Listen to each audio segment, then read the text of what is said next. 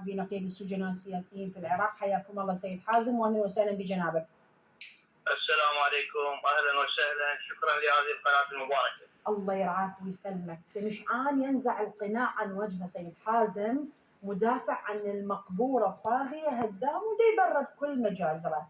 شنو وراء هذا التطاول على ضحايا البعث وإعلان أنه سيفعل كما فعله الطاغية صدام؟ نعم.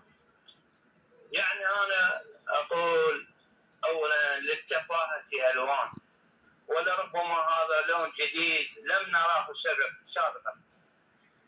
مشعان يدعي أنه يمتهن السياسة منذ 1989، ومعلوم للمشاهد الكريم ولدى قناتكم الكريمة أنه 89 إحدى فترات ذروة حكم صدام وتسلطه وقمعه وعدم سماحه لأي معارض.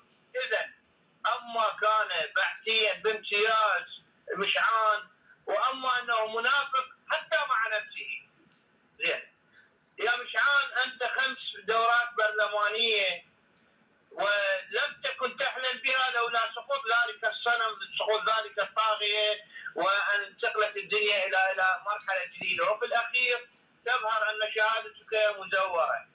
والحمد لله طعن بشهادتك كان من ناسك، وفضل لما كان يشهد به الأعداء ومن نفس فصيلك. زين يعني العجائب أن يكون كل شهادة أما تعليم عالي أو تربية تصادق عليها الوزارة بمؤسساتية، لأن احنا دولة لديها مؤسساتية، لكن شهادة مشعان الجمهوري يصادق عليها مكتب رئيس الوزراء في 15/6/2023. ما علاقة مجلس الوزراء؟ شهادة إعدادية تصادق عليها وزارة التربية. بالكتاب تقول حسب كتاب وزارة الخارجية الدار القنصلية.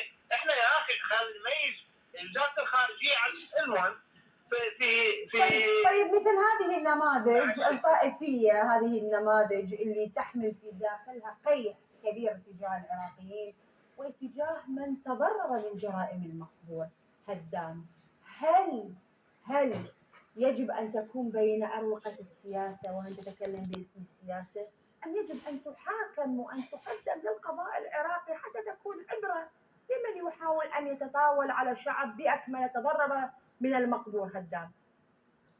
والله هي من خلالكم دعوة إلى كافة الشرفاء، ابتداء من الأخ السجين السياسي محمد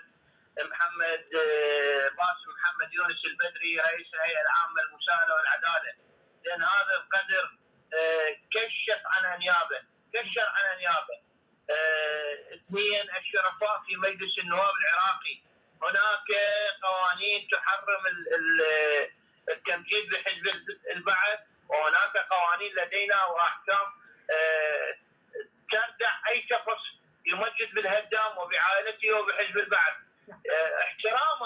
احتراما لقتل المراجع، احتراما للمقابر الجماعية، احتراما للسجون التي لم يكن هناك سجون لم يكن يعلم بها إلا الله، احتراما للأكراد الذين قتلتهم في الأنفال وبالكيمياوي، احتراما لقضية الدجيل، احتراما للناس اللي أخذت بيوتهم المسفرين من الأكراد الصينية ومن الإيرانيين، احتراما لهذا الشعب الذي كان يأكل النخالة.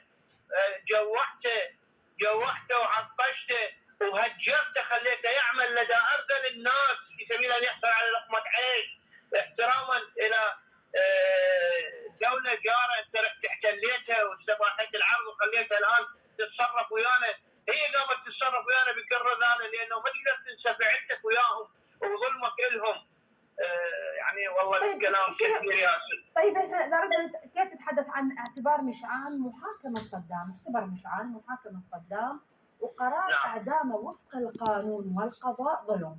كيف يتجرأ على القانون وعلى القضاء؟ وشنو الواجب يعني من الأخوة في القضاء ومن الأخوة القانونيين أن يردوا على مشعان بعد أن تطاول واعترض واعتبر ما صدر منهم هو ظلم؟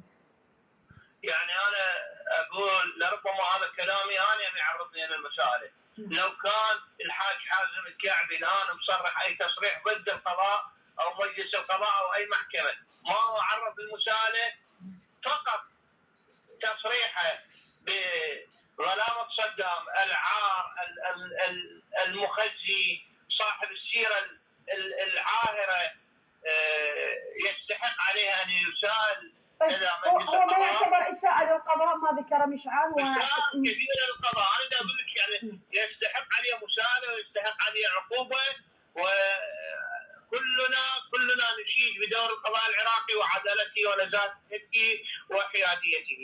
شكرا للسيد حازم الكعبي نقيب السجناء السياسيين في العراق، حياك الله. شكرا لك.